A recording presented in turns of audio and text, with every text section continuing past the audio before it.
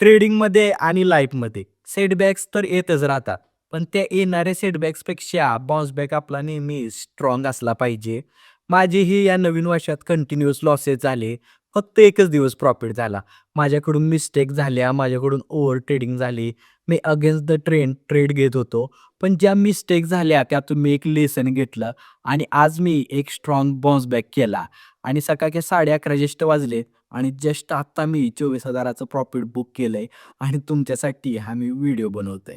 निफ्टीमध्ये big trend pullback बनल्यामुळं just आत्ता मी जवळपास ₹24,362 प्रॉफिटचा ट्रेड बुक केलाय आणि या ट्रेडमध्ये माझा स्टॉप लॉस फक्त 5 पॉइंटचा होता एका कॅन्डलचा आणि त्याच्या बदल्यात जे मोमेंटम आलं ते इन्सेन होतं आणि या झोनपर्यंत जे माझं टार्गेट होतं ते मला जस्ट आत्ता अचीव्ह झालंय. त्यामुळे हा ट्रेड मी एक्झिट केलाय.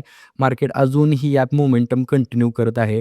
पण अति तिथं माती न करता जेवढं टार्गेट ठरवलेलं तेवढं मिळाल्यामुळं आजचा दिवस 26,050च्या पुढमध्ये 520 क्वांटिटीत ₹24,362 प्रॉफिटमध्ये क्लोज केला आहे.